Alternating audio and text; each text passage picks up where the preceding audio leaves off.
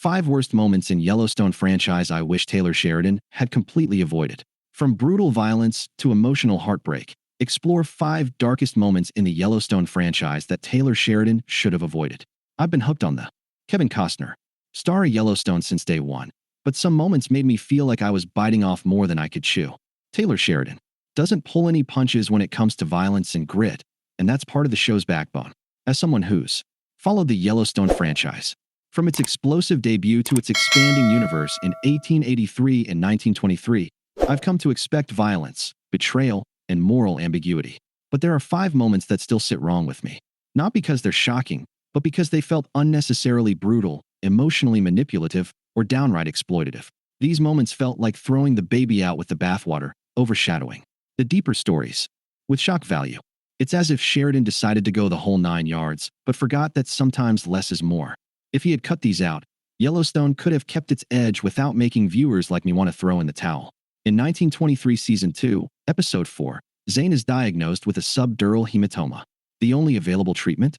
A crude surgical operation using a hand-crank drill to relieve pressure inside his skull. Jacob and Jack Dutton hold Zane down while a doctor slices open his scalp and drills into his head as blood spurts onto the floor.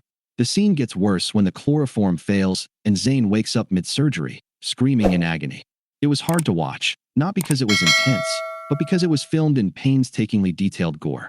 Taylor Sheridan may have wanted to depict the harshness of frontier medicine, but instead, the show veered into body horror territory. That felt wildly unnecessary. Zane's skull drilling scene in 1923 was a needlessly graphic medical horror. Case's mercy killing in Yellowstone Season 1 turned tragedy into exploitation. In Yellowstone Season 1, Episode 2, Case stumbles upon a meth lab explosion on a Native American reservation.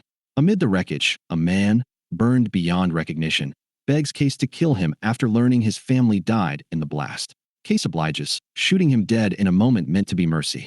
But what could have been a powerful commentary on addiction, grief, and systemic failure instead felt rushed and brutal, with no real reflection on what it meant. It's one thing to show the harsh realities of reservation life. It's another to use a man's pain and death as a plot device, without offering context or humanity. Rip killing Rowdy was a turning point in Season 5 that didn't need to be so final. In Yellowstone Season 5, Episode 8, we get more backstory on Rip's early years at the Yellowstone Ranch. After Rowdy, another ranch hand, makes vulgar comments about Beth, Rip confronts him. The confrontation escalates until Rowdy pulls a knife. Rip overpowers him, grabs a rock, and beats him to death. This event is positioned as the moment Rip earns John Dutton's complete trust. John then helps cover up the murder, essentially binding Rip to him for life. Well, while the intention may have been to show how far loyalty goes on the ranch, the violence felt excessive, especially for a teen character whose life had already been marked by trauma. There was no exploration of guilt, only the message that murder equals loyalty.